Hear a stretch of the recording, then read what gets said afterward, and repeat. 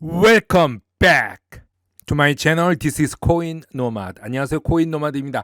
코인게코의 마켓캡 비트코인 이더리움 약간 상승했습니다. 마켓 와치에 보면 다우, S&P 500, 나스닥 모든 것이 지금 변동사항이 없죠. 조용하게 하루를 지나가기를 원합니다. 지금 캐나다는 일요일 날 밤이고 내일은 빅토리아 데이 공휴일입니다. 아마 조용히 지나갈 것으로 예상이 되는데 비트코인 차트 한번 보겠습니다. 비트코인 차트 현재 크게 보면은 어센딩 트라이앵글이고 이걸 깨고 다시 내려갔다가 다시 약간 더 큰 어센딩 트라이앵글을 깬 상태입니다. 단기적으로 보면은 추세가 이어져서 29,900불, 즉 3만 불 이상까지 32,600불까지 터치할 가능성이 크고 터치 후에는 다시 하락을 하는데 27,000, 28,000까지 내려올 수 있습니다. 왜냐하면 전 저점과 다시 W 형태를 만들기 위해서 내려갔다가 올라갈 수 있는 상승 뒤 하락 후 상승하는 패턴으로 3, 4일 정도 단기적으로 볼 수 있겠습니다. 케빈 오리어리는 중간 선거 이후에나 미국 암호화폐 규정이 나올 것으로 예상한다 라고 말했습니다. 스탠베리 리서치 인터뷰에서 크립토 규제에 대한 바이든의 정책이 비트코인과 암호화폐 규정은 중간 선거가 끝날 때까지 미국 암호화폐 규정이 나오지 않을 것이다 라고 말을 했는데 미국 중간 선거는 11월 8일로 예정이 되어 있습니다. 바이든 대통령이 자신의 지지율이 사상 최저치를 기록했는데도 암호화폐에 대해 논의하는 관심이 없다라고 말한 이유를 설명했습니다. 미국 증권거래위원회 SEC가 현물 비트코인 상장 지수 펀드 ETF 승인을 사람들이 이야기하지만 이것보다 먼저 일어날 일이 있다고 언급을 했는데요. 가장 먼저 일어날 일은 스테이블 코인에 대한 정책을 보게 될 것이다 라고 말했습니다. 지금 현재까지 스테이블 코인 규제를 위해서 제안된 두 가지 법안이 있는데 하나는 빌 하게티 상원의원과 또 하나는 페토미 상원의원에 의해 제안된 것이라고 합니다. 중간 선거 후에 스테이블 코인에 대한 법안이 쉽게 통과될 것이라고 보고 중간 선거 전에도 스테이블 코인에 대한 법안은 통과될 수 있을 것으로 보고 있습니다. 바이든이 크립토 행정 명령을 발표했을 때 이때 여론조사가 바이든한테는 가장 높게 나왔다고 하는데 새로운 여론조사는 바이든 대통령 지지율이 5월에 임기 중 가장 낮은 수준으로 떨어져서 39%만이 긍정적으로 바이든을 인정했습니다. 미국 중간선거가 11월 8일로 예상되어 있는데 만약에 이런 바이든의 계획이 좌절될 수 있는 것은 공화당이 양원 중 하나 또는 둘 다 모두 장악하게 되면은 미국 바이든 대통령의 크립토에 대한 계획도 좌절되리라고 봅니다. 오리어리는 시장이 조정되고 인플레이션이 두 자릿수로 높아지고 식료 품비는 날로 올라가기 때문에 바이든의 지지율은 다시 하락할 수밖에 없다. 언젠가는 크립토에 대한 언급이 있을 수밖에 없다고 보고 거의 두 자리 숫자 인플레이션에 직면해 있는 상황에서 오히려 크립토에 대해서는 크게 걱정하지 않는다고 말하면서 기후변화, 비트코인 채굴과 같은 SEC에서 다양한 제안들이 나오고 있다고 덧붙였습니다.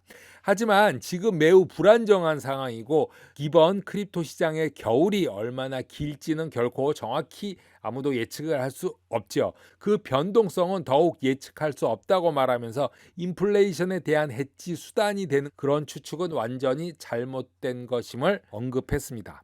비트코인의 변동성은 처음 15년 동안의 아마존처럼 12개월마다 30%, 50%씩 이렇게 변동성이 크게 수정됐던 것처럼 매우 유사하게 진행될 것이라고 생각하며 이유는 아마존 초창기 때는 제도적인 지원, 지지가 없었기 때문이라고 그 이유를 설명을 했습니다.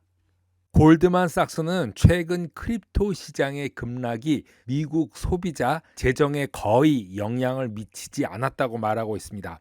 테라 루나와 USD 스테이블 코인도 미국 시장에는 큰 영향을 미치지 않은 것으로 보여지고 있는데 세계 암호화폐 시장의 3분의 1을 미국인이 소유하고 있는 것으로 분석되고 있음에도 불구하고 암호화폐 약세 시장에는 미국 소비자에게 제한적인 영향을 미칠 것이라고 예상하는 분석을 내놨습니다. 블룸버그 보고서는 골드만삭스의 경제학자들이 2021년, 2022년 150조 달러였던 미국 전체 순자산에 비해서 매우 작은 부분이다라고 말하고 있는데요. 이에 비해 암호화폐 시장은 최근 매도 기간 동안에 1조 달러나 줄어들어서 2조 3천억 달러에서 1조 3천억 달러로 급감을 했습니다. 블룸버그가 인용한 경제학자 젠 하즈티우스는 최근 암호화폐 가격의 하락으로 인해 총 지출에 대한 부담도 매우 작을 것으로 예상하고, 지난해 말까지 크립토는 미국 가계 순자산의 0.3%이고 대조적으로 미국 주식시장은 33%를 차지했기 때문에 큰 부분이 아니다라고 언급했습니다. 주식은 크지만 크립토는 전체가 시총부터 작다, 이제 이런 말로 볼 수 있습니다. 이러한 패턴은 주가가 가계 순자산 변화의 주요 원인이지만 이 크립토는 미미하다는 것을 의미한다고 말하고 있습니다. 취리 본사를 두고 있는 민간은행 중에 스위스에서 가장 오래된 금융 서비스 회사 중 하나인 줄리어스 베어 그룹은 부유한 고객들에게 암호화폐 서비스를 제공하고 있습니다. 베어 그룹은 디지털 자산과 법정 화폐 세계의 교차점에 서 있다고 말하면서, 은행은 이미 부유한 고객들에게 암호화폐 자산에 대한 조언, 거래 및 투자를 제공할 파일럿 프로그램을 구현했고, CEO 리켄 바처는 투자자들에게 프리젠테이션에서 크립토 산업의 거품이 터지는 순간을 목격하고 있다라고 말했습니다. 30년 전 닷컴 거품이 터진 후에 무슨 일이 일어났는지 모두들 알고 있는 바와 같이 바로 이 순간일 수 있고, 그것이 실제로 우리 삶을 변화시킨다고 말하면서 새로운 분야의 출현을 보고 있다고 합니다.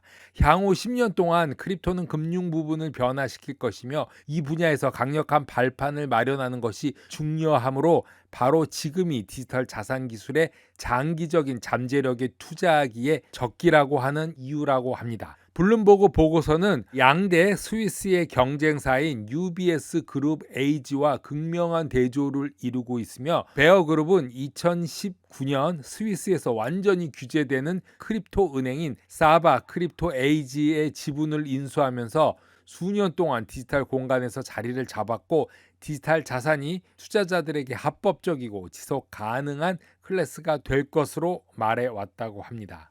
스위프트가 새로운 실험을 하고 있다라고 밝혔는데, CBDC 상호 운영성 실험이라고 합니다.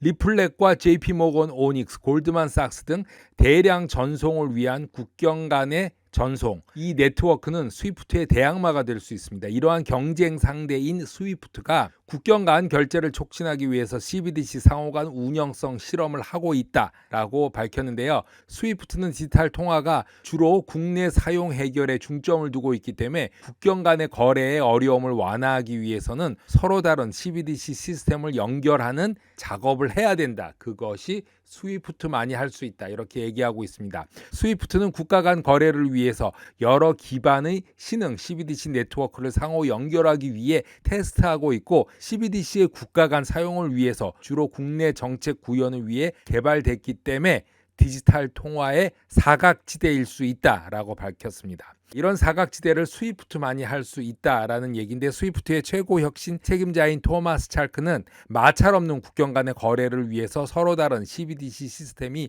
함께 작동을 하려면 스위프트가 이 역할을 해야 된다라고 말하고 있습니다. 전 세계에서 개발 중인 서로 다른 CBDC 간의 상호 운영성을 촉진하고 상호 연결하는 것이 중요한데, 오늘날 글로벌 CBDC의 생태계는 다양한 기술, 표준 및 프로토콜을 기반으로 해서 자체 디지털 통화를 개발하는 수많은 중앙은행들이 이것으로 인해서 위험에 처할 수 있다라고 말하고 있습니다. CBDC가 점점 새로운 형태의 명목 화폐로 인식될 것이며, 기존 결제 시스템과 병행해서 여러 플랫폼이 기존 금융 인프라와 통합되도록 개발하는데 스위프트가 필요하다라고 말하고 있습니다. 200개 이상의 국가에서 11,000개 이상의 금융기관이 기술 솔루션에 액세스하기 위해서 스위프트는 CBDC를 통한 국제 결제를 위한 확장성이 뛰어나고 쉽게 통합되는 솔루션을 잠재적으로 구현하는 것이 목표라고 말하면서, 이 실험의 주요 기능은 중앙은행 디지털 통화 네트워크 게이트웨이라고 설명을 하고 있습니다. 자, 이것은 스위프트가 CBDC에서 CBDC로, 법정 화폐 피아트 현금에서 CBDC로, 또 CBDC에서 법정 화폐 피아트 머니 현금 등으로 이렇게 세 가지의 사용 사례를 해결하는 데 중점을 둘 것이라고 밝혔는데, CBDC를 넘어서 다른 디지털 자산까지도 통화 간의 상호 운영성을 가능하게 하는 시도라고 말하고 있습니다. 코인 노마드 오늘은 여기까지 하겠습니다. 감사합니다.